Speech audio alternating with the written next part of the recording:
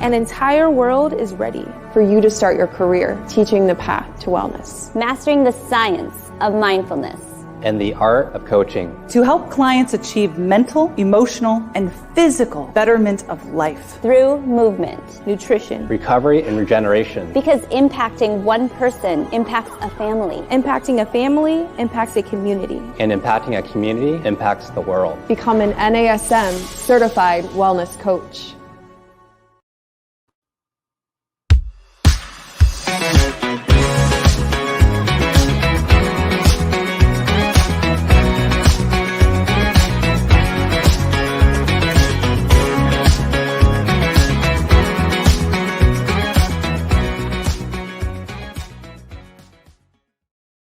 Hello, friends, fans, and followers, and welcome to the Better Than Fine podcast. I'm your host, Darlene Marshall, and I got a few little updates for you at the top of the show today. A couple of fans reached out and pointed out that I hadn't mentioned either of these two milestones on the show.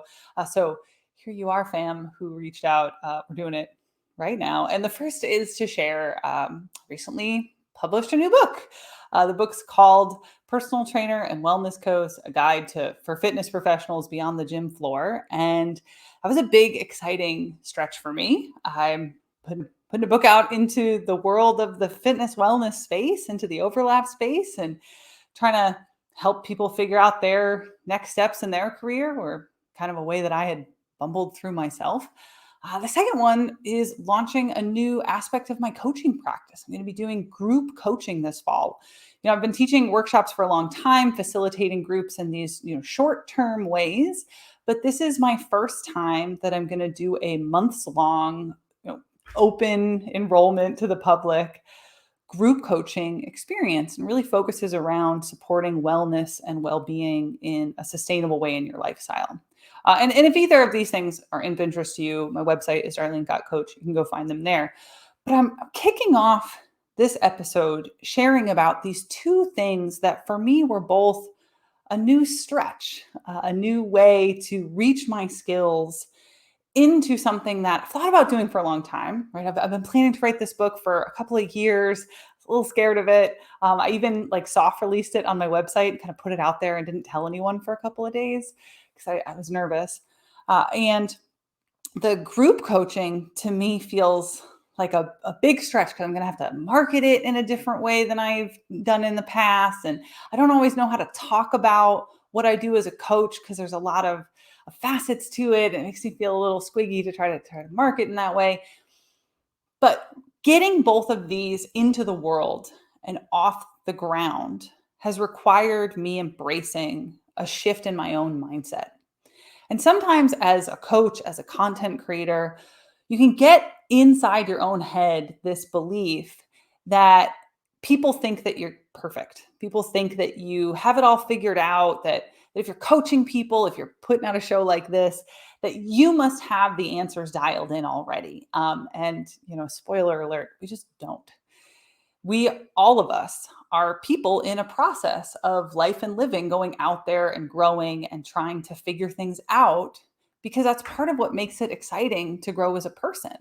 So the idea that as fitness professionals, as lifestyle professionals, as content creators, that we're just going out here and boom, you just kind of make something and it's magic and you never doubt yourself. My husband, Matthew, will tell you that is not the case. My brain gets in my way all the time. And that's why today's episode is so near and dear to my heart as a set of ideas, as a skill set that I personally practice, and as something that I teach my clients. Today, we're going to be talking about mindsets. Specifically, we're going to be talking about the work of Carol Dweck.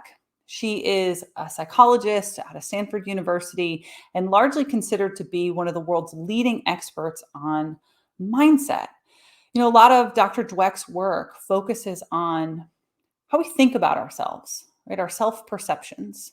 And the ways that our self-perceptions, the ideas reflected about ourselves from the world, affect our own behavior. Because what we think about ourselves is going to shift our motivation of what we think that we can do.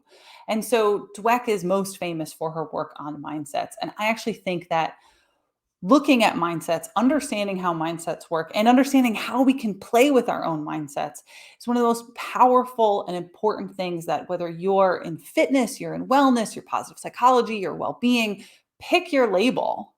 If you are looking towards either guiding someone's self-development journey or you are in your own self-development journey, understanding mindsets is just absolutely huge to affecting your outcome. So, begs the question, doesn't it? What's a mindset? Well, here's a quote from Carol Dweck herself in her book, Mindset. Quote, mindsets are just beliefs. They're powerful beliefs, but they're just something in your mind, and you can change your mind. End quote. I love that quote. I live by that quote. I embrace my quote. Mindsets are beliefs. Our beliefs shape our reality from the inside out. What we think the world means and functions and does is going to have a deep effect on our behavior. And Dr. Dweck has identified these two primary mindsets, the growth mindset and the fixed mindset. And when you understand how these mindsets show up and play in our lives, you're going to start hearing this and seeing this in yourself and your own behavior. So a growth mindset is when we believe that our success is based on skills that can be developed, our tenacity, our grit, determination, and in building feedback loops that give us iterative opportunities for improvement. All right, so I'm going to break that down a little further. So people with a growth mindset, they see their struggles toward their goals as opportunities to learn more, to get better with time. They're looking to build systems that can improve over time. And they tend to also perceive themselves as lifelong learners, right? So learning isn't something that like, okay, I finished high school, I got my degree in college, I did whatever terminal education, wherever you are on that spectrum. And I believe there's lots of different paths that any of us can take towards success in terms of education. But a growth mindset person sees that as a process that does not end. You're just going to keep growing and learning. So that's a big foundation of a growth mindset, is the person who continues to iteratively look for opportunities for improvement. You're listening to the Better Than Fine podcast. I'm your host, Darlene Marshall. Today, we're going to talk about how do you change your mindset? How do you grow? How do you move from a fixed mindset to a growth mindset? And right now we're talking about, well, what does that even mean if mindsets are beliefs and these foundational mindsets of fixed and growth? A growth mindset person's looking to continue to develop their skills. They're seeing their mistakes as opportunities for learning, their friction, their resistance as feedback that they can use to iteratively improve so they can reach their goals. So in contrast to that is going to be a fixed mindset person. This is someone who believes that our success in life is based on our natural, innate talents. That's actually the phrase that Dweck uses a lot, is innate. So, maybe she's born with it, maybe it's Maybelline, but believing that you're born with it is a fixed mindset approach.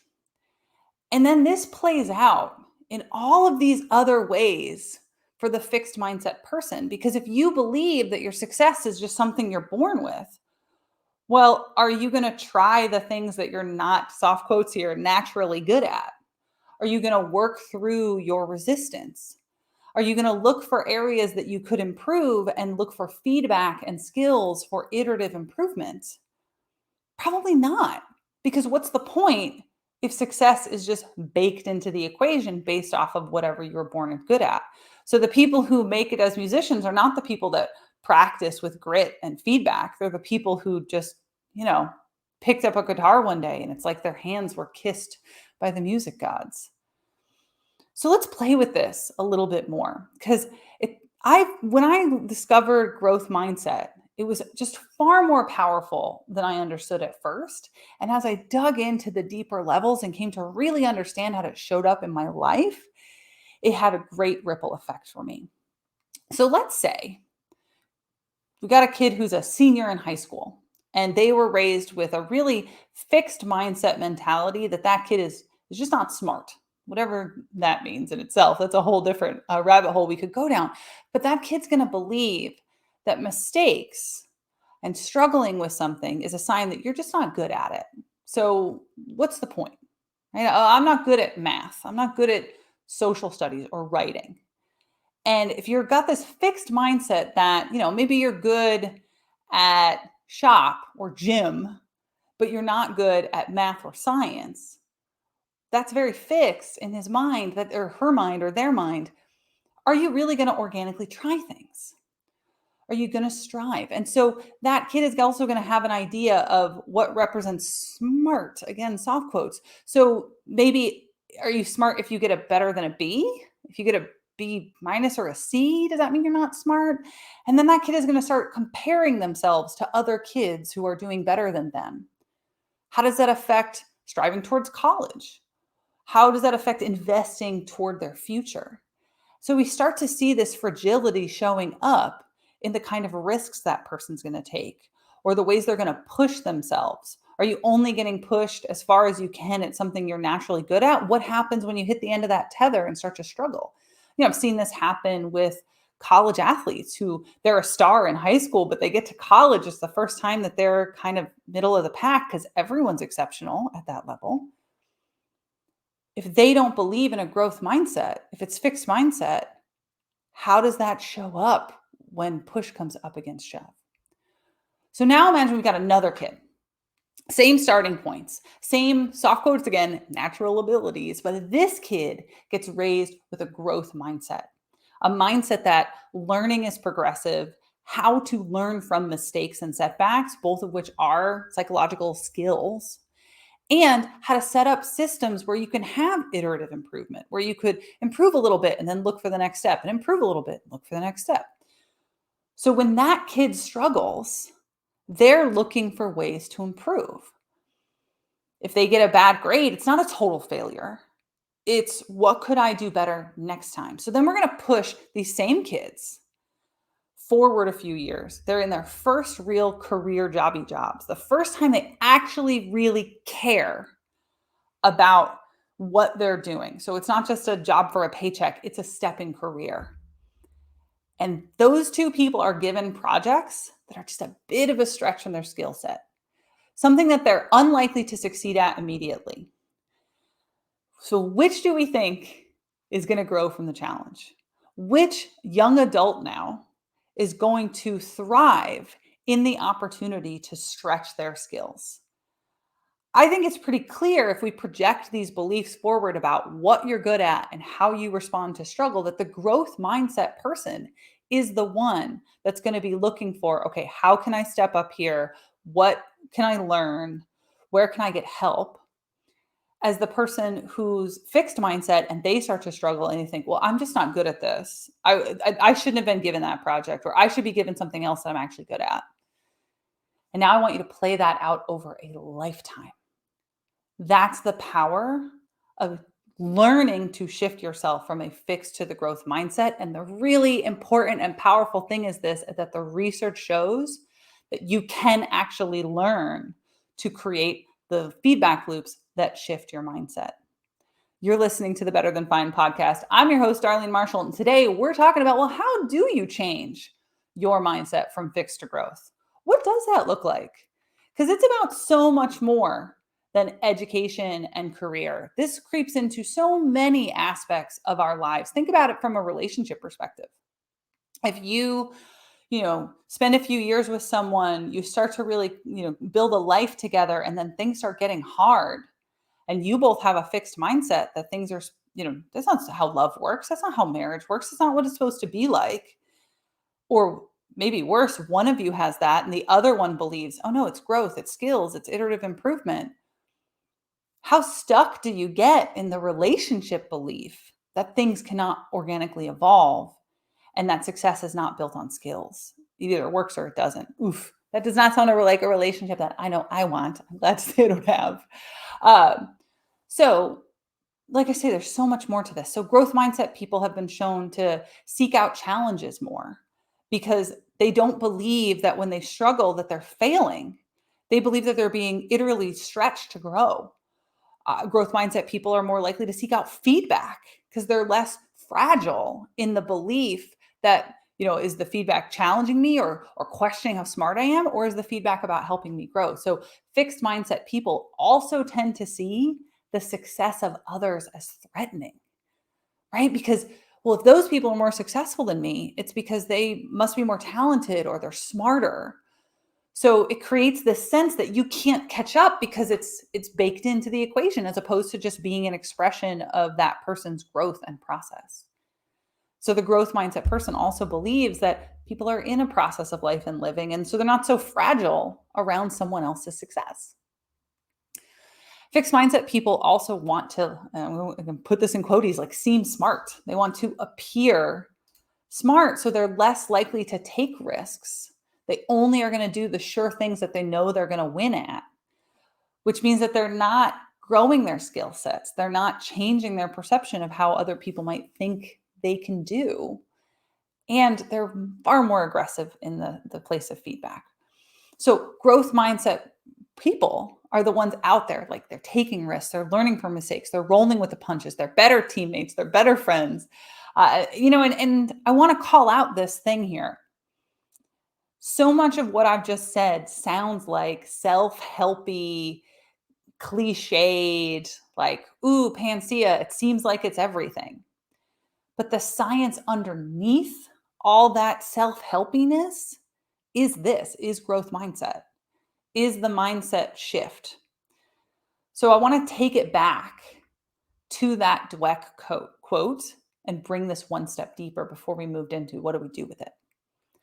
The quote is, mindsets are just beliefs. They're powerful beliefs, but they're just something in your mind, and you can change your mind.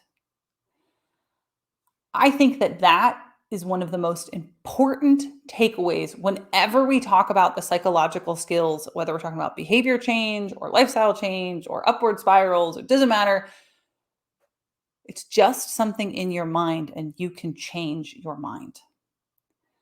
If you listen to the episode Emotions or Information, I unpack growing up as being like the kid that was too much. And that along the way, I learned that you are not your personality traits. You are not, the static sentence of who people tell you are as a kid. And when I learned, I could learn about emotional intelligence, I could up my EQ, emotional quotient, and I could learn how to regulate and communicate better with the world. It changed what was possible for me as a person. I don't know if I can stress that enough. I was on a trajectory in my life that was very limited because I believed that I couldn't get to a place of success because of the way that people had reacted to my personality growing up. This feels like that to me.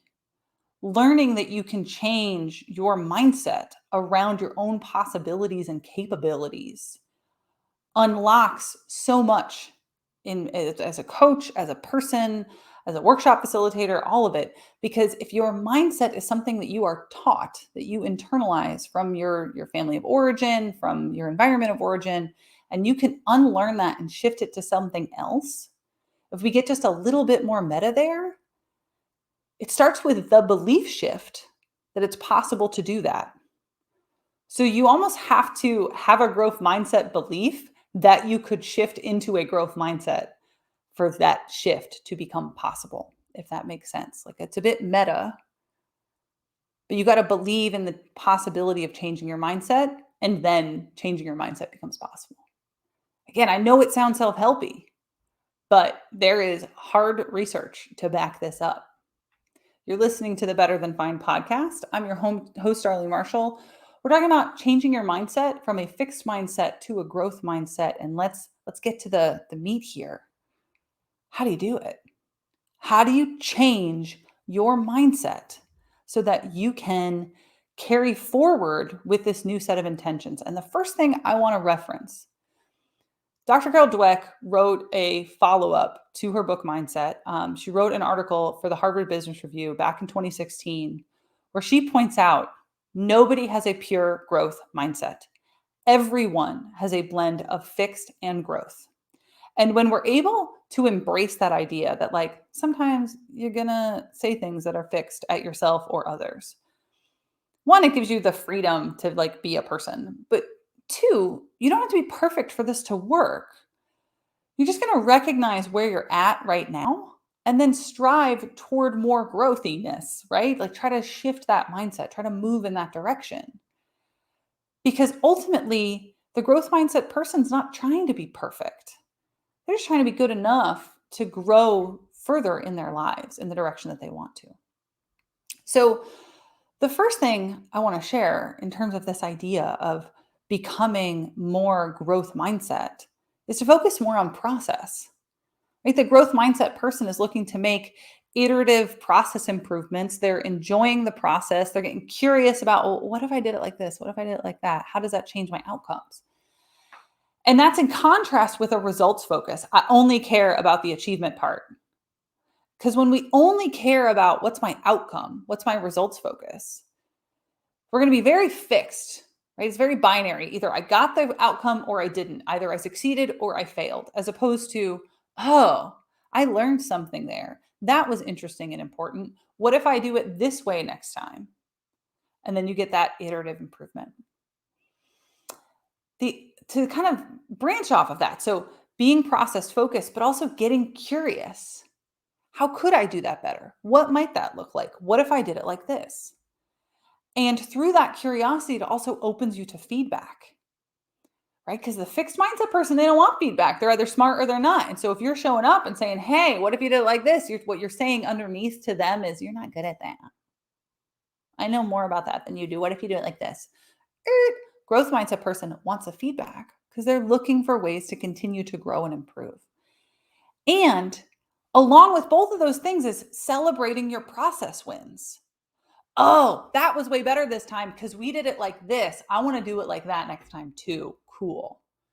As opposed to only celebrating your outcome wins, which culturally in the West, we tend to just celebrate the milestones and not give a whole lot of back pats to your process outcomes. So this first big bundle of ideas here, I'm going to give you a quick review of them, is getting process focus, getting curious and looking for feedback to continue to improve that process and to try to enjoy improving that process. Hopefully you're doing something that you really care about, that you want to invest your time and energy in, and celebrating your process wins. Ooh, it worked that time. Cool. What did we do that was useful? Let's do that again. So that's a big bundle. Next is another kind of big concept idea that a lot of people have a strong reaction to. So brace yourself. It's letting go of perfectionism. It's letting go of the idea that perfect is even possible. Because being the best at anything is a kind of a big lie. How many the bests at anything exist in the world? But unique, you're going to be the only you that's going to exist. And so do you really need things to be perfect, or should they just be an expression of what you're interested in and you're capable of doing? And a lot of people struggle with this. I want to really highlight that the perfectionism thing is a whole big bucket of stuff that people carry around with them. But perfect is going to be the enemy of your happiness and of your good work and of your growth and of your personal process of life and learning. So if you're able to focus on that process and then let go of the idea that you have to somehow show up and be perfectly smart and perfectly presented and perfectly anything, because it's also just kind of a big lie. Like, what is perfect? It doesn't really actually exist. You're going to build in feedback loops, right? Because you're not striving for perfect. We're just trying to grow and strive and learn. So having feedback loops of iterative improvements in whatever process you're doing. Like, let's say that it's about wellness. Let's say that you decide that the best thing for your wellness right now is to really work on your sleep. And you've read enough behavior change books, you've listened to this show, you know that you're not going to try to change everything all at once. You're just going to try to make it a little better each time. And so you're going to start with your waking habits. and you set an alarm, and the first day you just snooze. You snooze all the way to your old waking time. You don't get out of bed. You don't go to the gym. You don't get your early sunlight exposure. You don't do your protein shake. You don't do any of it. Did you fail? Or is that an opportunity for you to go, oh, you know what I really need to do? I need to set up the coffee maker the night before. Because if I can smell the coffee, I'm going to get out of bed. Feedback loop. Cool. Set up the coffee maker the night before. Maybe also set out all of the protein shake stuff. Because then I'm not just going to skip breakfast because it's already out. Feedback loop. And looking for those iterative improvements. All right, we're almost there. This is a big one to me. And I think that those other ones are belief setups, right? Having a process focus, letting go of perfectionism, looking for feedback loops. To me, this one's the heart and the soul. How do you shift from a fixed mindset to a growth mindset? It starts with recognizing your fixed mindset phrases. Where do you either tell yourself in your mind or say something out loud that is so fixed mindset, and you can start to catch it? So things like, I'm not good at that. Or, my dad loves to tell this story about when he first went into the Navy. He grew up as a farm kid. He believed that he was not smart. Like the earlier example I said about kids growing up not smart, I think of my dad in that example. He believed he was bad at math. He believed that he was kind of bad at everything because he'd had a home environment that raised him to believe that. Goes in the Navy, Vietnam era, and as part of basic, they do all this testing, all basic training testing. And he ends up scoring really, really high in math and science. And then he qualifies for what at the time was one of the most elite units in the Navy nuke unit. Anybody who's listening to this that's in the military is going to be like, oh, yeah, 70s and Navy nuke. And so my dad ends up qualifying to go to nuke school. It's like less than 1% of guys in basic are qualifying at that point. And it was through that process that my dad learned he was smart at all. And that belief shift in him changed how he would talk about himself. He no longer said, I'm not smart or I'm not good at math. It turns out my dad's actually like mechanically very gifted, but the world had taught him something else. And so he had to learn to believe it. So when we say these fixed mindset phrases, when we say things like, I'm not good at that, or I can't do that. I cannot tell you how many times as a trainer I have had clients tell me, well, I can't do that. And so it starts with being able to hear yourself do it. Today's going to be awful. This episode isn't any good. Fixed mindset phrases. And if you can catch yourself in that, all you got to do once you learn to do that is to add a phrase that opens up the end of the sentence. So, I can't do that yet. I'm not good at that yet. I don't have the most popular wellness podcast in the country yet. And it would take work, right? If I decided today, right now, like I know my producers listen as I'm recording this, Eric, I want to have the most popular wellness show in the country. Let's make it so.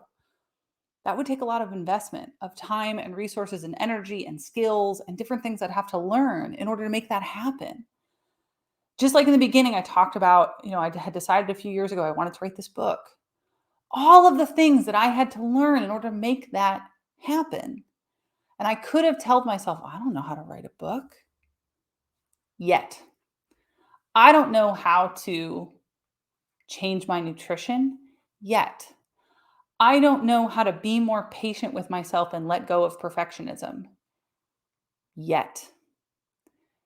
Just adding that at the end shifts the mindset into believing that the growth is possible. So this episode, changing your mindset from fixed to growth, I know it took us a hot minute to get here, but the core of it is recognizing when you're being fixed and giving yourself the opportunity to believe that growth becomes possible.